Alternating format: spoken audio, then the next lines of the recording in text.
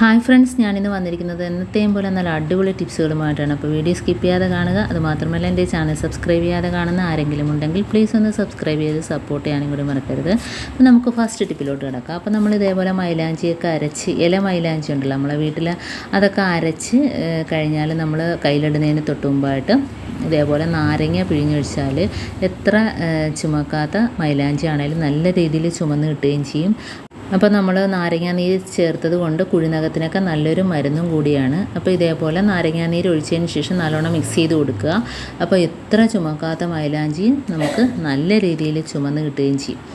അപ്പോൾ ഈ രീതിയിലൊക്കെ ചെയ്യാത്തവരൊന്ന് ചെയ്ത് നോക്കുക. നമ്മൾ കടയിലെ ട്യൂബ് മൈലാഞ്ചിയൊക്കെ അല്ലേ എപ്പോഴും മേടിച്ചിടുന്നത്. നമ്മൾ വീട്ടിൽ ഇതേപോലെ അരച്ച മൈലാഞ്ചി ഇടുകയാണെങ്കിൽ കുഴിനകത്തിനൊക്കെ നല്ല ഒരു മരുന്നും കൂടിയാണ്. പ്രത്യേകിച്ച് നാരങ്ങാനീരൊക്കെ ചേർക്കുമ്പോഴത്തേനും കുഴിനകം ഉണ്ടെങ്കിൽ മാറി കിട്ടുകയും ചെയ്യും. ഇനി നമുക്ക് അടുത്ത ടിപ്പിലോട്ട് കിടക്കാം. അടുത്ത ടിപ്പ് എന്ന് പറഞ്ഞാൽ നമ്മൾ മുളക് പൊടിയൊക്കെ ഇതേപോലെ മേടിച്ച് നമ്മൾ മുകൾ ഭാഗത്തു നിന്ന് മാത്രമല്ലേ എടുക്കത്തുള്ളൂ. അപ്പോൾ അടിഭാഗത്ത് ഇതിരുന്ന് കട്ട പിടിക്കും. അപ്പോൾ അങ്ങനെ ആവാതിരിക്കാനായിട്ട് നമ്മളെപ്പോൾ എടുത്താലും ഒന്ന് കുലുക്കി കൊടുക്കുക. അല്ലെങ്കിൽ അത് അങ്ങനെ കട്ട പിടിച്ചിട്ട് ചീത്തയാകാനൊക്കെ ചാൻസ് ഉണ്ട്.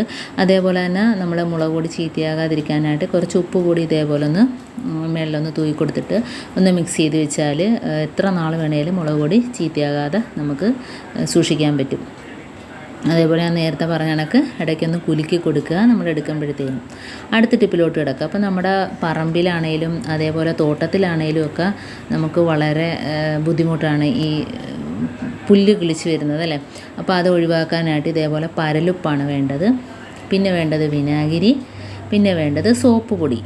അപ്പോൾ ഇത് 3 സാധനം മാത്രം മതി. നമ്മുടെ അടുക്കളയിലുള്ള വെറും നിസ്സാരമായ സാധനങ്ങൾ മാത്രം വെച്ചിട്ട് നമുക്ക് നല്ല രീതിയിൽ പുല്ലൊക്കെ ഉണക്കി കിട്ടാൻ പറ്റും.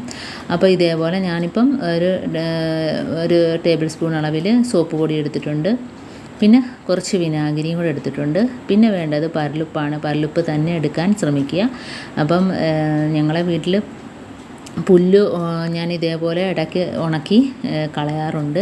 അപ്പോൾ അതുകൊണ്ട് കുറച്ച് മാത്രമേ ഉള്ളൂ. പിന്നെ നമ്മുടെ കയ്യിൽ മണ്ണെണ്ണ ഉണ്ടെങ്കിൽ ഒന്നുകൂടെ ഒഴിച്ചു കൊടുക്കുന്നത് നല്ലതായിരിക്കും. മണ്ണെണ്ണ എവിടെയും കിട്ടാനില്ല, എന്നാലും ഉള്ളവർ ഒഴിച്ചു കൊടുത്താൽ നല്ലതാണ്. പ്രത്യേകിച്ച് നമ്മൾ ഈ മണ്ണെണ്ണയുടെ സ്മെല്ലടിച്ചിട്ട് തന്നെ നമ്മളെ ഇഴജന്തുക്കൾ, കാരണം പ്രത്യേകിച്ച് പാമ്പ് അങ്ങനെയൊക്കെയുള്ള സാധനങ്ങളൊന്നും തന്നെ ആ ഭാഗത്തോട്ടേ വരത്തില്ല. ഈ സ്മെല്ല് മണ്ണിനകത്ത് എത്ര നാൾ വേണേലും ഇത് കിടന്നോളും, ആ മണ്ണെണ്ണയുടെ സ്മെല്ല്.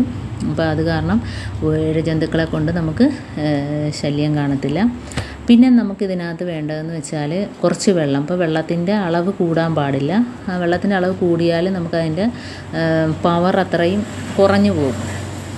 അപ്പോൾ നമ്മൾ സോപ്പ് പൊടി ഇട്ടിട്ടുണ്ട്, അതേപോലെ വിനാഗിരി, പിന്നെ കുറച്ച് മണ്ണെണ്ണയും കൂടെ ഒഴിച്ച് കൊടുത്തിട്ടുണ്ട്, ഉപ്പിട്ട് കൊടുത്തിട്ടുണ്ട്, കുറച്ച് വെള്ളവും കൂടെ ഒഴിച്ച് കൊടുത്തിട്ടുണ്ട്. അപ്പം മണ്ണെണ്ണയും സോപ്പ് പൊടിയും വിനാഗിരിയും അതേപോലെ തന്നെ കുറച്ച് മണ്ണെണ്ണയും കൂടെ ഒഴിച്ച് കൊടുത്തിട്ടുണ്ട്. അപ്പം മണ്ണെണ്ണയുടെ അളവ് ഞാൻ ഇച്ചിരി കൂടുതലാണ് ഒഴിച്ചത്, അതുകൊണ്ടാണ് ഞാൻ വിനാഗിരി കുറച്ചൊഴിച്ചത്.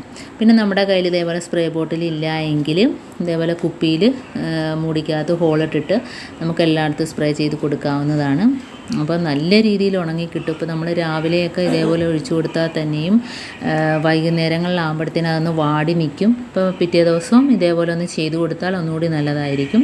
അപ്പോൾ ഇത് നമ്മൾ ഇതേപോലെ ഉണ്ടാക്കി വെച്ചാൽ നമുക്ക് ഒരാഴ്ച വരെയൊക്കെ ഉപയോഗിക്കാൻ പറ്റും. ഇതിപ്പോൾ ഞാൻ ഇവിടെ കുറച്ച് മാത്രമേ ഉള്ളതുകൊണ്ട് ബാക്കി ഭാഗത്തെല്ലാം ഇതെല്ലാം ഒഴിച്ച് ഉണങ്ങിപ്പോയതാണ്. കുറച്ച് കിളിച്ച് വന്ന ഭാഗത്താണ് ഞാനിതിപ്പോൾ ഒഴിച്ചു കൊടുക്കുന്നത്. അപ്പം നമ്മൾ ഒഴിച്ചു കൊടുക്കുമ്പം തന്നെ വൈകുന്നേരം ആകുമ്പം വാടി കരിയാൻ തുടങ്ങും. പിറ്റേ ദിവസം കൂടെ ആകുമ്പോഴത്തേനും നല്ല രീതിയിൽ ഉണങ്ങിക്കിട്ടും. പ്രത്യേകിച്ച് നമ്മുടെ ചെടികളിലൊന്നും വീഴാൻ പാടില്ല, കാരണം അതെല്ലാം ഉണങ്ങിപ്പോവും. അതുമാത്രമല്ല, ഈ മണ്ണെണ്ണയും കൂടെ ഉണ്ട്. അപ്പോൾ മണ്ണെണ്ണയ്ക്ക് നല്ലൊരു പവറാണ്. മണ്ണെണ്ണ ഒഴിക്കുന്നത് കൊണ്ട് നമ്മൾ ആ ഭാഗത്തൊന്നും ഇഴജന്തുക്കളൊന്നും വരത്തില്ല. അങ്ങനെ നമുക്ക് ഒരു ഗുണവും കൂടെ ഉണ്ട് മണ്ണെണ്ണ ചേർത്തത് കൊണ്ട്.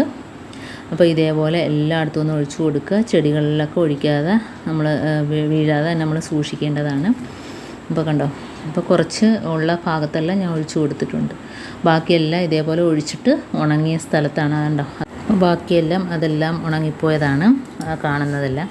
അപ്പോൾ ഇത്രയേ ഉള്ളൂ എൻ്റെ ടിപ്സ്. നിങ്ങൾക്ക് ഇഷ്ടമാനിയായിരിക്കുന്നു. ഇതിലേതെങ്കിലും ഒന്ന് യൂസ്ഫുള്ളായിട്ട് തോന്നിയിട്ടുണ്ടെങ്കിൽ ഒന്ന് ലൈക്ക് ചെയ്യാനും കമൻറ്റ് ചെയ്യാനും സബ്സ്ക്രൈബ് ചെയ്യാനും മറക്കരുത്. അതേപോലെ തന്നെ ബെല്ലൈക്കൻ എനേബിൾ ചെയ്യാനും മറക്കരുത്. എന്നാൽ മാത്രമേ ഞാനിടുന്ന ഓരോ വീഡിയോസും നിങ്ങളുടെ മുമ്പിൽ നോട്ടിഫിക്കേഷനായി എത്തുകയുള്ളൂ. അപ്പോൾ ഇനിയും നല്ല നല്ല ടിപ്സുകളുമായിട്ട് വീണ്ടും കാണാം. അതുവരേക്കും താങ്ക്സ് ഫോർ വാച്ചിങ്.